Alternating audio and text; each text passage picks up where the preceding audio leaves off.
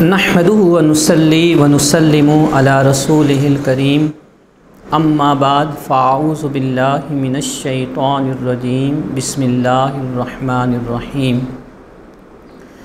اللہم نور قلوبنا بالقرآن العظیم وزین اخلاقنا بالقرآن العظیم وادخلنا الجنۃ واجرنا من النار بالقرآن العظیم۔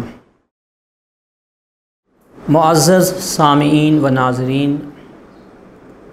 السلام علیکم ورحمۃ اللہ وبرکاتہ۔ ہفتہ وار آن لائن درس قرآن مجید کے اس پروگرام کے ساتھ آپ کی خدمت میں سید صابر حسین حاضر ہے، اور اس سے پہلے مختلف ذرائع سے آپ کو بتایا جا چکا ہے کہ یہ سلسلہ آن لائن ہر ہفتے درس قرآن مجید کے حوالے سے آپ کے سامنے پیش کیا جائے گا۔ انوار صفا ٹرسٹ کی یہ اولین کوشش ہے کہ موجودہ حالات کے تناظر میں آپ حضرات کے لیے قرآن مجید فرقان حمید اور رسول اللہ صلی اللہ علیہ وآلہ وسلم کی تعلیمات کو زیادہ سے زیادہ بہتر انداز میں پیش کیا جائے، اور اس حوالے سے سوشل میڈیا کو استعمال کیا جائے۔ آج اس سلسلے کی یہ پہلی کڑی کا آغاز ہے، اور آج درس قرآن مجید فرقان حمید میں آپ کے لیے جس سورہ مبارکہ کا انتخاب کیا گیا ہے وہ ہے سورہ کہف۔ یہ قرآن مجید فرقان حمید کی چند معروف ترین سورتوں میں سے ایک ہے، جس کے بہت سارے فضائل رسول اللہ صلی اللہ علیہ وآلہ وسلم نے اپنی احادیث مبارکہ میں بیان فرمائے ہیں۔ اس سورہ مبارکہ کا فتنہ دجال کے ساتھ بڑا گہرا تعلق ہمیں نظر آتا ہے۔ اس حوالے سے انشاءاللہ تعالی ہم تفسیر سورہ کہف کو سماعت کرتے وقت بہت اہم باتیں سنیں گے۔ نبی کریم صلی اللہ علیہ وآلہ وسلم نے اپنی احادیث مبارکہ و ارشادات میں بھی سورہ کہف کے حوالے سے فتنہ دجال کو بیان فرمایا ہے۔ چونکہ آج اس سورہ مبارکہ کا آغاز ہے، اس لیے ہم پہلے رسول اللہ صلی اللہ علیہ وسلم کے ارشادات کی روشنی میں اس کے فضائل کو سماعت کرتے ہیں، تاکہ آغاز ہی میں اس کی اہمیت، اس کی فضیلت ہم پر واضح ہو جائے، اور اسی اہمیت و فضیلت کو پیش نظر رکھتے ہوئے ہم اس سورہ مبارکہ کی تفسیر کو آئندہ سماعت کریں۔ اس حوالے سے سب سے پہلی حدیث مبارک، جس کے راوی حضرت براء بن عازب رضی اللہ تعالی عنہ ہیں، آپ فرماتے ہیں کہ کان رجل یقرأ سورۃ الکہف، کہ ایک شخص سورہ کہف کی تلاوت کر رہا تھا، وَإِلَى جَانِبِهِ حَصَانٌ مَرْبُوطٌ بِشَطْنَيْن، اور اس کے قریب ہی ایک گھوڑا رسیوں سے بندھا ہوا تھا، فَتَغَشَّتْهُ سَحَابَةٌ، جب وہ تلاوت کر رہا تھا تو بادلوں نے اس کو اپنے سائے میں لے لیا، فَجَعَلَتْ تدنو، اور وہ سائے اس سے قریب تر ہوتے گئے، وَجَعَلَ فَرَسِهِ يَنْفِرُ، ان سایوں کو دیکھ کر اس کا گھوڑا بدکنے لگا۔ بہرحال اس نے تلاوت کی۔ حدیث کے الفاظ ہے کہ فلما اصبح، جب صبح ہوئی تو اتن نبی صلی اللہ علیہ وآلہ وسلم، تو وہ رسول اللہ صلی اللہ علیہ وآلہ وسلم کی خدمت اقدس میں حاضر ہوا۔ فذکر ذالک، اور اس نے اس پورے معاملے کو جو رات میں سورہ کہف کی تلاوت کے دوران اس نے دیکھا، رسول اللہ صلی اللہ علیہ وسلم کی بارگاہ میں انہوں نے اس واقعے کا ذکر کیا۔ تو آپ علیہ السلام نے ان سے اس بات کو سننے کے بعد ارشاد فرمایا کہ تلک السکینۃ تنزلت بالقرآن، کہ وہ جو بادلوں کا سایہ تھا وہ دراصل قرآن کی تلاوت کی وجہ سے تم پر جو سکونت، سکینہ، امن اور آشتی جو نازل ہو رہی تھی اس کا اظہار تھا۔ اس حدیث مبارک سے ہمیں یہ معلوم ہوا کہ سورہ کہف کی تلاوت نزول سکینہ کا ایک بہترین ذریعہ ہے۔ اب سوال یہ پیدا ہوتا ہے کہ سکینہ سے مراد کیا ہے، سکون، آشتی اور امن سے مراد کیا ہے؟ تو محدثین کرام ارشاد فرماتے ہیں کہ اس سے مراد یہ ہے کہ جب سورہ کہف کی تلاوت کی جاتی ہے تو اللہ تبارک و تعالی تلاوت کرنے والے کے دل میں سکون کو، امن کو پیدا فرماتا ہے۔ اس حدیث مبارک کی روشنی میں ایک اہم بات سامنے آتی ہے کہ آج ہم میں سے ہر کوئی پریشان ہے، خاص طور پر جب سے یہ وبا کرونا وائرس کی آئی ہے، کوئی بھی شخص آپ کو سکون میں نظر نہیں آ رہا ہے۔ کیا بوڑھا، کیا جوان، کیا بچے، ہر ایک کسی نہ کسی صورت میں اس وبا سے متاثر ہے۔ کاروبار زندگی معطل ہو چکا ہے، مساجد میں دروس کا سلسلہ منقطع ہو چکا ہے، لوگ اپنے گھروں میں بند ہو چکے ہیں۔ ایسے حالات میں لوگوں کے دلوں میں سکون نام کی کوئی چیز نظر نہیں آتی۔ لہٰذا اس سورہ مبارکہ کو آج ہم اگر کثرت سے تلاوت کریں تو اللہ تعالیٰ اس کی برکت سے ہمیں سکون اور امن عطا فرمائے گا۔ اس وبا سے، جس وبا سے پوری دنیا متاثر ہو چکی ہے، آج ہمیں اللہ کی بارگاہ میں رجوع کیے بغیر اس سے نجات نہیں مل سکتی۔ اس وبا سے نجات کا بہترین ذریعہ یہی ہے کہ ہم اللہ تعالیٰ کی طرف رجوع کریں، قرآن مجید فرقان حمید کی کثرت سے تلاوت کریں، نماز کی پابندی کریں۔ عجیب طرفہ تماشا ہے کہ اللہ کی طرف سے ایک بہت بڑی آزمائش آئی ہوئی ہے، اسے آپ پکڑ بھی کہہ سکتے ہیں، بدعمالیوں کا نتیجہ بھی کہہ سکتے ہیں، قطعی نظر اس کے کہ یہ وبا انسانوں کی اپنی خود ساختہ ہے یا اللہ کی طرف سے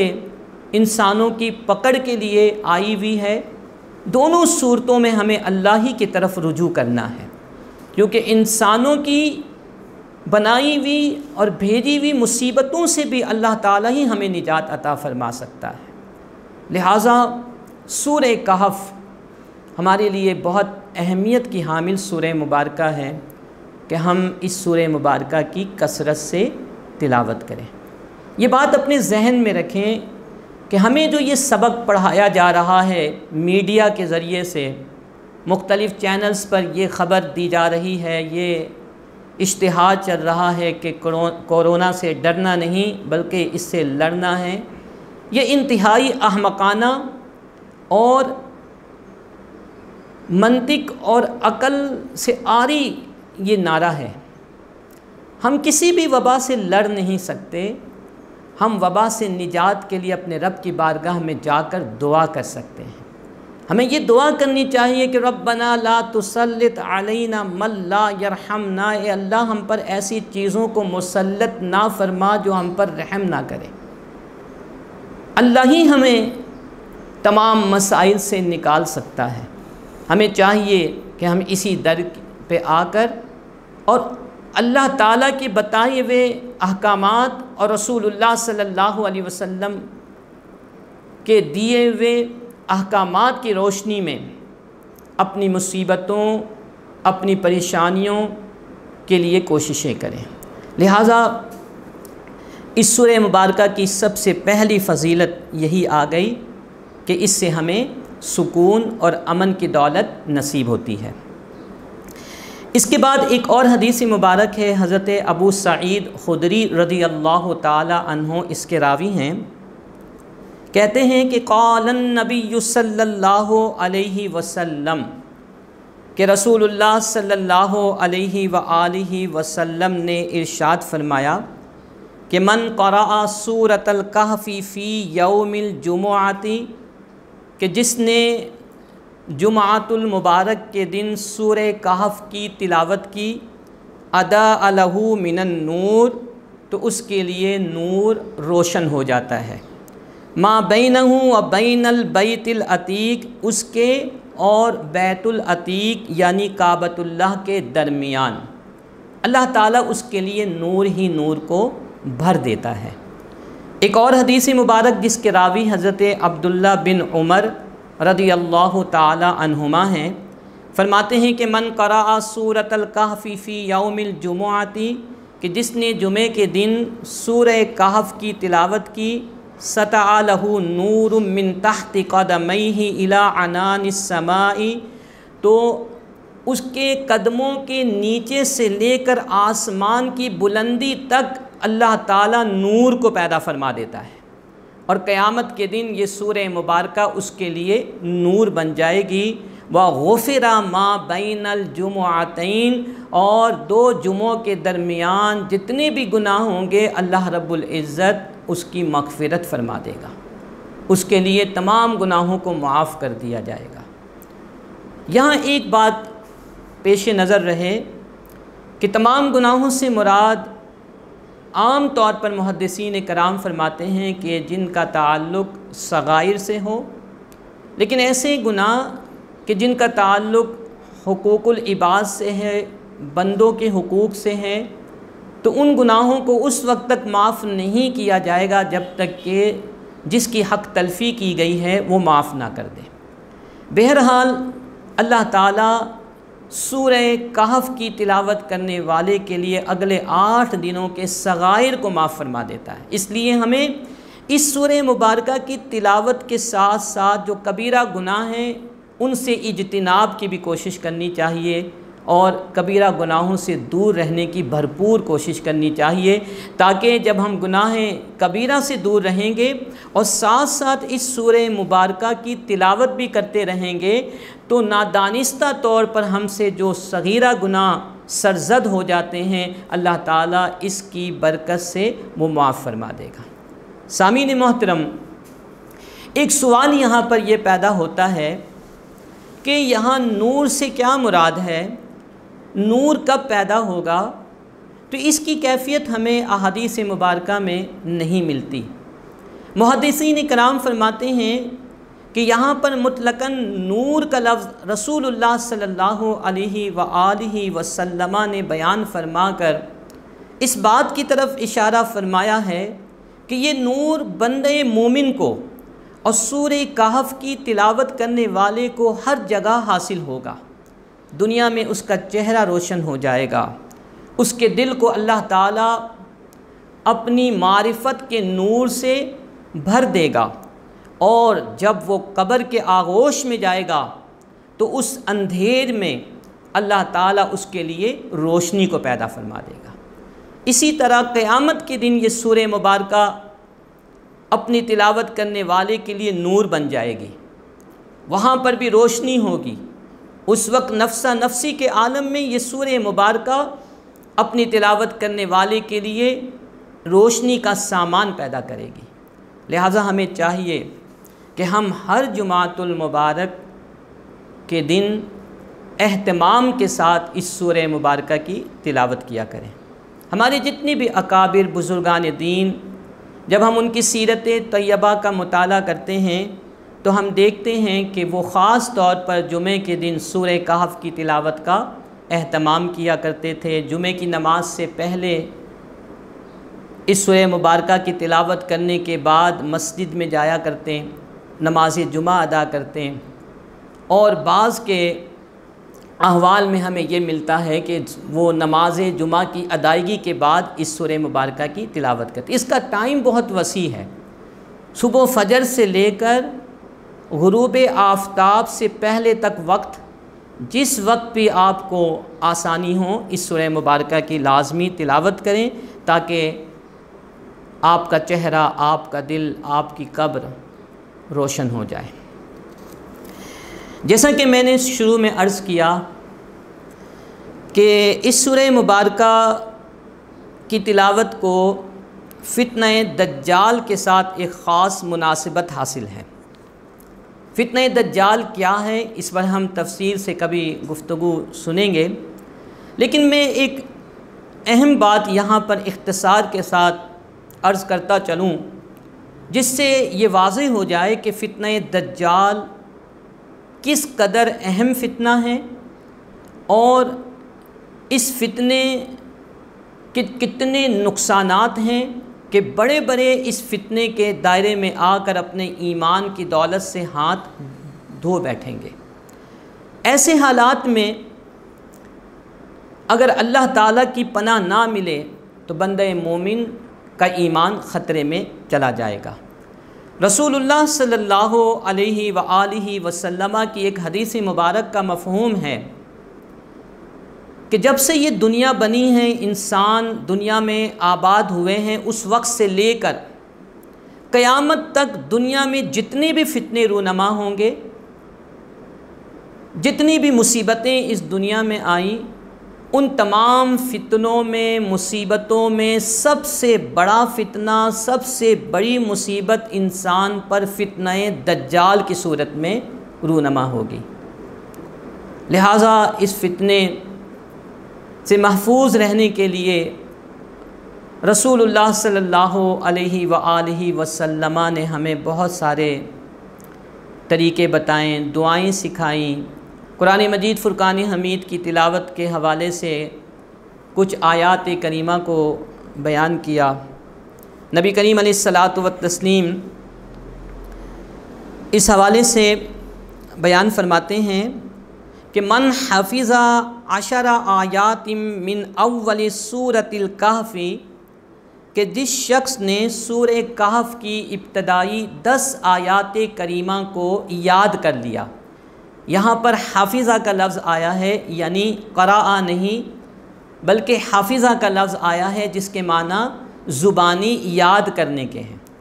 یہ بات بھی میں عرض کرتا چلوں کہ حافظہ میں زبانی یاد کرنے کا مفہوم بھی پایا جاتا ہے، پڑھنے کا مفہوم بھی پایا جاتا ہے، اور ساتھ ساتھ عمل کا مفہوم بھی پایا جاتا ہے۔ گویا کہ جب آپ صلی اللہ علیہ وسلم نے فرمایا کہ من حفظ 10 آیات من اول سورۃ الکہف، کہ جس نے حفظ کیا تو اس کے معنی ہوگا کہ جس نے زبانی یاد کیا، جس نے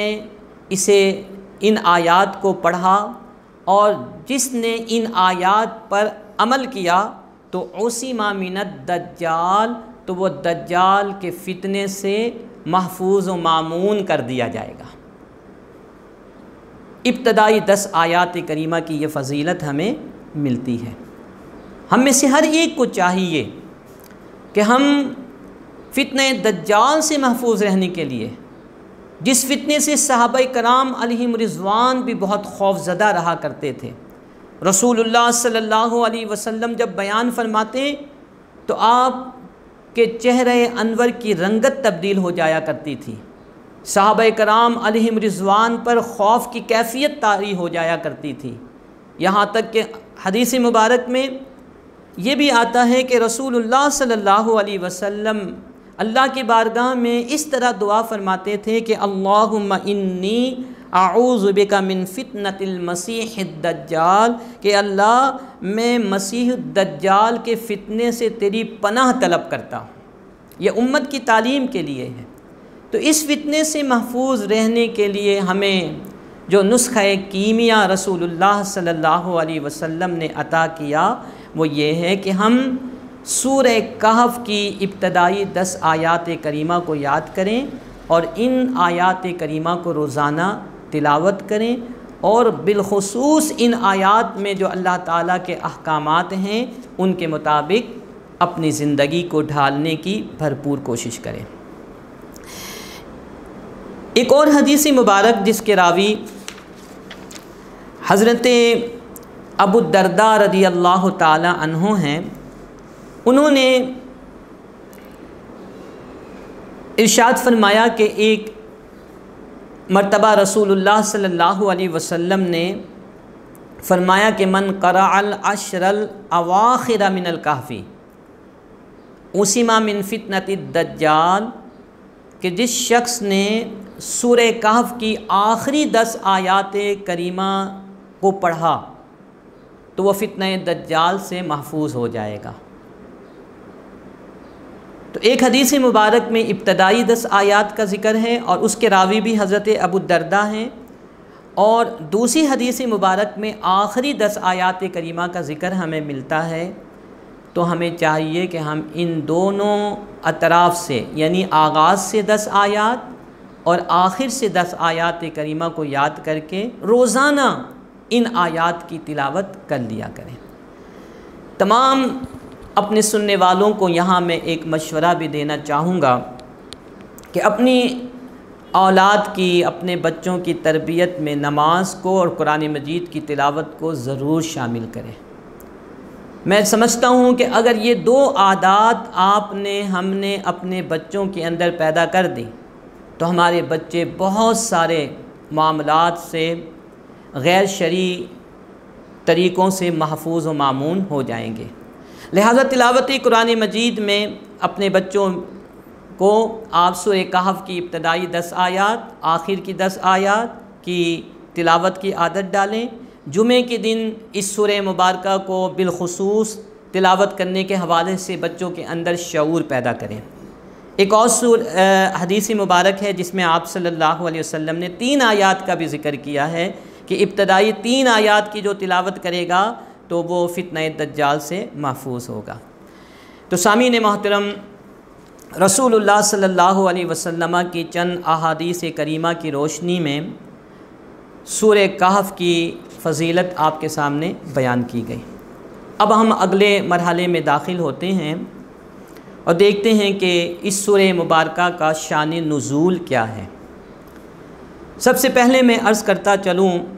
کہ نزول کے اعتبار سے یہ مکی صورت ہے۔ آپ جانتے ہیں کہ قرآن مجید فرقان حمید کی صورتوں کو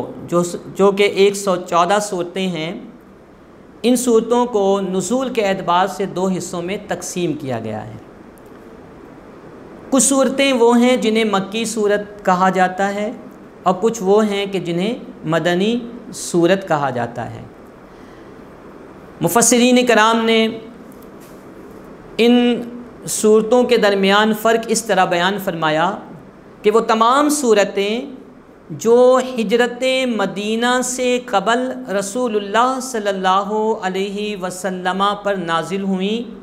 انہیں مکی صورتیں کہا جاتا ہے، اور وہ تمام صورتیں جو ہجرت مدینہ کے بعد نازل ہوئیں وہ مدنی صورت ہیں۔ لہٰذا سورہ کہف نزول کے اعتبار سے مکی صورت ہے، یعنی ہجرت مدینہ سے قبل نازل ہوئی۔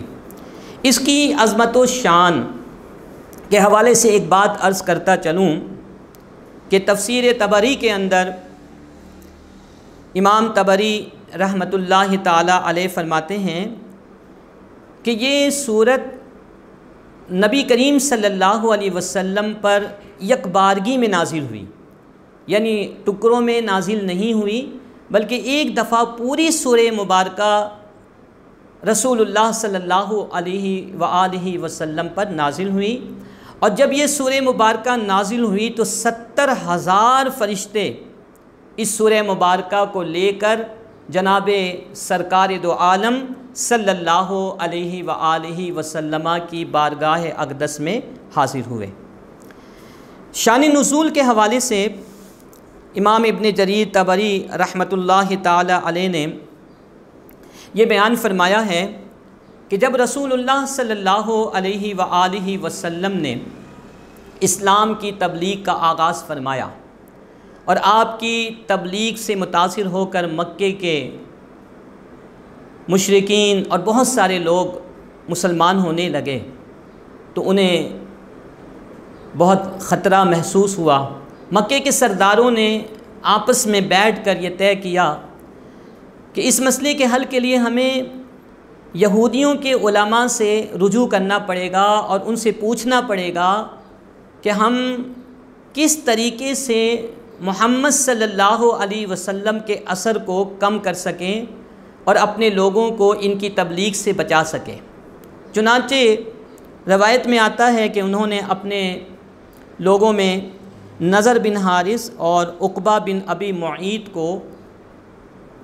مدینہ منورہ کے کچھ یہودی علماء